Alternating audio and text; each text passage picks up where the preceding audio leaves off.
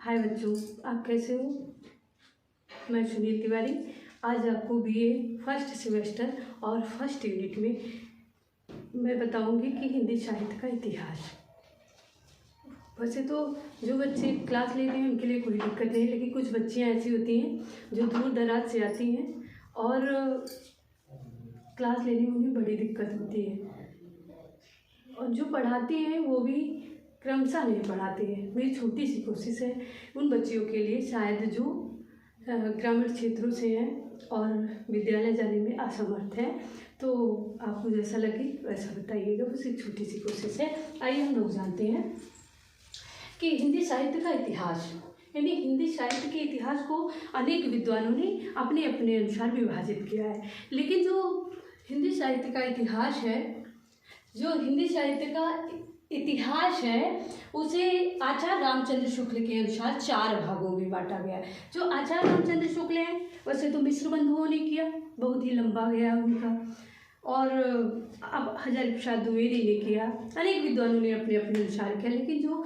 सबसे मान्य है, सर्वमान्य, वो आचार्य रामचंद्र शुक्ल के अनुसार है। तो आइए हम उसको समझते हैं कि आचार्य रामचंद्र शुक्ल ने हिंदी साहित्य के इतिहास को कितने भागों में बांटा है। तो हम आचार्य रामचंद्र शुक्ल के अनुसार पढ़ते हैं कि आचार्य रामचंद्र शुक्ल ने हिंदी साहित्य के जो इतिहास है उसे 4 भागों में बांटा है। हिंदी साहित्य के इतिहास को आचार्य रामचंद्र शुक्ल ने कितने भागों में बांटा है? 4 भागों में बांटा है। अब 4 भाग कौन कौन से, इसे हम जानते हैं। बहुत ही इम्पॉर्टेंट टॉपिक है ये, और सबके लिए, वैसे कोई भी परीक्षा होती है, चाहे टीजीटी हो, पीजीटी हो, या फिर सेमेस्टर वाइज हो, उसमें साहित्य का इतिहास आना ही आना है। तो हम शुरू करते हैं। तो जो भी दिया रहता है वो क्रमशः नहीं दिए रहते, आप एक ही वीडियो में एक ही जगह पाएंगे कि कैसे उनका नामकरण किया गया और कितने भागों में आचार्य रामचंद्र शुक्ल ने उसे विभाजित किया है। तो आचार्य रामचंद्र शुक्ल ने 4 भागों में विभाजित किया। सबसे पहले जो नाम रखा वो आदिकाल रखा। सबसे पहले नाम क्या रखा बच्चों? आदिकाल रखा। अब आदिकाल, दूसरा पूर्व मध्यकाल, और तीसरा उत्तर मध्यकाल, चौथा आपका आधुनिक काल। अब आदिकाल समस्या आती है, किसे अनेक नामों से जानते हैं। तो दूसरा जो पॉइंट है उसमें वो नामकरण है। सेमेस्टर प्रणाली में जो दूसरा पॉइंट आता है वो नामकरण है, और नामकरण यानी इसे अनेक अनेक नामों से जाना गया, तो हम नामकरण जानते हैं। फिर समय पॉइंट रखें कि समय इसका कब से कब प्रश्न उठता है, कि समय कब से कब तक विभाजित किया, कब से कब तक माना। तो ये 1050 से लास्ट में 1900 तक चलता है। 1050 मुझसे शुरू होता है और 1900 ईस्वी जाके समाप्त होता है। लेकिन पहले हम नामकरण जानते हैं कि जैसे आदिकाल है, तो आचार्य रामचंद्र शुक्ल के अनुसार आदिकाल को आचार्य रामचंद्र शुक्ल ने वीरगाथा काल कहा, हजारी प्रसाद द्विवेदी ने इसे आदिकाल कहा, और अनेक विद्वानों ने अपने अपने अनुसार इसका नामकरण किया। जैसे इसका नाम, बहुत सारा नाम पड़ा। सबसे पहले वीरगाथा काल। आचार्य रामचंद्र शुक्ल ने, एक प्रश्न उठता है कि आचार्य रामचंद्र शुक्ल ने हिंदी साहित्य के प्रथम काल को क्या कहा। तो आचार्य रामचंद्र शुक्ल ने हिंदी साहित्य का जो प्रथम काल है उसका नाम वीरगाथा काल रखा। अब प्रश्न उठता है कि मैम आदिकाल क्यों लिखा है। तो आदिकाल सटीक है, पहले यहीं से शुरुआत होती है, नामकरण यही हुआ, तो इसको हजारी प्रसाद द्विवेदी ने दिया। फिर उसका नाम आचार्य रामचंद्र शुक्ल ने बदलकर वीरगाथा काल कर दिया, और उसके बाद वीर काल पड़ा, वीर युग पड़ा, चारण काल, क्योंकि ये भाटों द्वारा गाया गया, अधिकतर वीर रस की रचनाएं लिखी गई, और वीर रस की उस समय जो रचनाएं लिखी जाती थी वो अधिकतर उसका जो गायन होता था, वो विजय का गायन किया जाता था, वो भाटों के द्वारा किया जाता था। फिर चारण काल, राशो काल, संधि काल, प्रारंभिक काल, बीजोपन काल, इस प्रकार इसके अनेक नाम हैं। इस प्रकार इसके अनेक नाम है। आइए दूसरा नाम देखते हैं कि पूर्व मध्यकाल को भक्ति काल कहा गया। पूर्व मध्यकाल को क्या कहा गया बच्चों? भक्ति काल कहा गया। कितना अच्छा काल, भक्ति काल। और तीसरा काल जो आता है उत्तर मध्यकाल। उत्तर मध्यकाल को क्या कहा गया? रीतिकाल। उत्तर मध्यकाल को क्या बोलेंगे हम? रीतिकाल बोलेंगे, रीतिकाल। और तीसरा आता है आपका आधुनिक काल। तीसरा काल कौन सा आता है बच्चों? तो वो आधुनिक काल आता है। और चलिए इसका समय देखते हैं। तो जो आदिकाल है उसकी शुरुआत 1050 से 1375 मानी गई और ये शमुवत में है। 1375 से दूसरा जो काल है पूर्व मध्यकाल 1375 से 1700 माना गया और जो तीसरा काल है वो 1700 शमुवत से लेकर 1900 तक माना गया और आगे जो आपका लास्ट है चौथा काल है वो आधुनिक काल, उसका समय 1900 से आगे रखा गया। आइए फिर देखते हैं हम, इसका समय हो गया, इसका नामकरण हो गया। आइए हम देखते हैं आदिकाल को विभाजित नहीं किया गया। आदिकाल के आगे चल के हम बताएंगे दूसरे वीडियो में कि आदिकाल के साहित्य को विभाजित किया गया। आदिकाल का कोई विभाजन नहीं हुआ। दूसरा काल हम देखते हैं पूर्व मध्यकाल, जिसका नामकरण अभी बताए कि उसका बहुत अच्छा नाम पड़ा भक्ति काल। अब इसको देखते हैं हम कितने भागों में बांटा गया। आचार्य रामचंद्र शुक्ल ने बस इतना विभाजन किया था। उसके बाद आगे देखिए भक्ति काल। भक्ति काल को 2 भागों में बांटा गया बच्चों, सगुण भक्ति और निर्गुण भक्ति। सगुण को हम 2 भागों में बांटते हैं। सगुण को भी हम 2 भागों में बांटते हैं। नंबर 1 रामाश्रय, जो आपके सामने रामाश्रय, और नंबर 2 कृष्णाश्रय। रामाश्रय को हम राम काव्य धारा भी कहते हैं और जो कृष्णाश्रय है उसको हम कृष्ण काव्य धारा कहते हैं। तो इससे घबराने की बात नहीं है। कहीं कहीं बुक में रामाश्रय लिखा मिलेगा, कृष्णाश्रय, और कहीं कहीं राम काव्य धारा या कृष्ण काव्य धारा मिलेगा।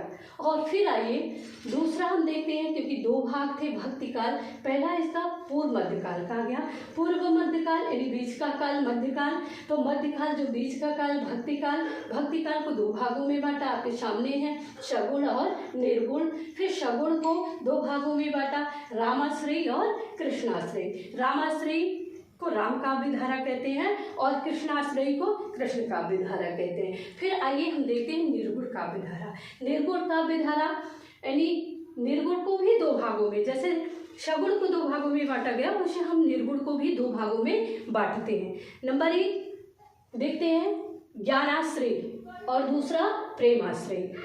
बच्चों ज्ञानाश्रय क्या है और प्रेमाश्रय का क्या है? संत काव्य, देखिए ज्ञानाश्रय एक संत काव्य है, इसका दूसरा भी नाम है बेटा। ज्ञानाश्रय को हम संत काव्य कहते हैं। ज्ञानाश्रय को क्या कहते हैं? संत काव्य। और प्रेमाश्रय को क्या बोलेंगे? प्रेम काव्य। और इस प्रकार ये भक्ति काल का विभाजन हो गया। आइए हम लोग देखते हैं रीति काल का विभाजन। अब उत्तर मध्य काल की बात करते हैं। किसकी बात करते हैं? उत्तर मध्य काल की बात करते हैं। उत्तर मध्य काल में हम उत्तर मध्य काल को रीति काल के नाम से जानते हैं, जो कि पहले बता चुके। इसका समय माना गया 1700 से 1900। अब इसको 3 भागों में बांटा गया। भक्ति काल को हमने मुख्य रूप से 2 भागों में बांटा था। अब उस 2 भागों को भी 2 भागों में बांटा था। भक्ति काल सगुण भक्ति धारा और निर्गुण काव्य धारा। सगुण को 2 भागों में रामाश्रय और कृष्णाश्रय, निर्गुण को 2 भागों में ज्ञानाश्रय और प्रेमाश्रय। अब ज्ञानाश्रय को हमने बताया कि संत काव्य कहते हैं। वेरी इंपॉर्टेंट, वेरी इंपॉर्टेंट कि रामाश्रय कई बार पूछा गया है परीक्षाओं में कि रामाश्रय को और किस नाम से जानते हैं? तो हम संत काव्य धारा के नाम से जानते हैं, संत काव्य के नाम से जानते हैं। दूसरा प्रेमाश्रय, ये बहुत बार पूछा गया ये भी कि प्रेमाश्रय को और किस नाम से जानते हैं? तो प्रेम काव्य, या इसे सूफी काव्य भी कहते हैं, या इसे क्या कहते हैं? सूफी काव्य। और फिर आइए हम जानते हैं कि रीति काल को 3 भागों में बांटा गया। नंबर 1 रीत मुक्त, नंबर 2 रीतबद्ध और नंबर 3 रीत मुक्त, रीत सिद्ध और रीतबद्ध। 3 भागों में बांटा गया। ये बहुत ही इम्पोर्टेंट टॉपिक चल रहा है आपका कि कई बार कितने सवाल इससे उठेंगे। अगले वीडियो में हम आपको बताएंगे एक ट्रिक कि इनसे कैसे हम प्रश्न से उत्तर निकाल सकते हैं। और इससे बनने वाले आपके जो 10 नंबर के प्रश्न आते हैं कि रीत मुक्त धारा के कितने कवि हैं, ऋतबद्ध का धारम में कौन कौन कवि आते हैं, या फिर ऋत सिद्धि के कौन कौन कवि आते हैं, इन सारी बातों को हम डिटेल से बताएंगे। आइए अगला काल देखते हैं, आधुनिक काल। अब आधुनिक काल का जो समय है हमने बताया 1900 से आगे, ये नहीं बताया गया, कोई समय निश्चित नहीं किया गया, बस इतना बताया गया कि 1900 से आगे। अच्छा, रामचंद्र शुक्ल ने सीधे बता दिया। और इसको भी 4 भागों में बांटा गया। नंबर 1 आधुनिक युग, आधुनिक युग भारतेंद्र युग, अब सॉरी भारतेंद्र युग। भारतेंद्र युग जो है भारतेंद्र जी के जन्म से माना जाता है, यानी इसका समय रखा गया बच्चों 1850 से और 1900 तक। फिर द्विवेदी युग, फिर कौन सा काल माना जाता है, द्विवेदी युग। द्विवेदी युग का जो समय है वो 1900 से 1920 तक। और फिर छायावादी युग, छायावादी जो युग है वो द्विवेदी काल में ही छायावाद की शुरुआत हो गई थी, ये बहुत कम लोग बताते हैं। और ये वेरी इंपॉर्टेंट प्रश्न है कि जो छायावादी युग है इसकी शुरुआत द्विवेदी युग में हो गई थी, क्योंकि द्विवेदी युग की जो समय सीमा है 1920 तक है, लेकिन जो छायावादी समय सीमा है वो 1918 से ही शुरुआत हो जाती है। 1918 से इसकी शुरुआत मान ली जाती है और इसका समय 1918 से 1936। वेरी वेरी इंपॉर्टेंट, ये समय आप हमेशा याद रखिए, क्योंकि हर बार परीक्षा में पूछा गया है कि छायावादी समय, क्योंकि कंफ्यूजन है, क्योंकि इसकी शुरुआत द्विवेदी युग में हो चुकी थी। द्विवेदी युग की समय सीमा 1920 तक थी, लेकिन छायावाद 1918 में ही शुरू हो चुका था और 1918 से 1936 तक। और जो लास्ट में आपका रखा गया छायावादोत्तर युग। अब छायावादोत्तर युग, इसका समय 1936 से आगे चलता है। धन्यवाद बच्चों, मेरा वीडियो अच्छा लगा हो तो आगे बताइएगा, आपका साथ मिलेगा तो इसी तरह वीडियो हम आगे लेके आएंगे। और अगले वीडियो में हम एक एक काल को पढ़ाएंगे। आदिकाल क्या है, आदिकाल की विशेषताएं क्या हैं, आदिकाल में किन किन कवियों को मुख्य रूप से रखा गया है, कौन कौन कवि हैं जो आदिकाल में विख्यात हैं, उनकी रचना क्या है, हम बहुत सारी चीज़ें लेके आएंगे। बस आपका प्यार चाहिए। धन्यवाद।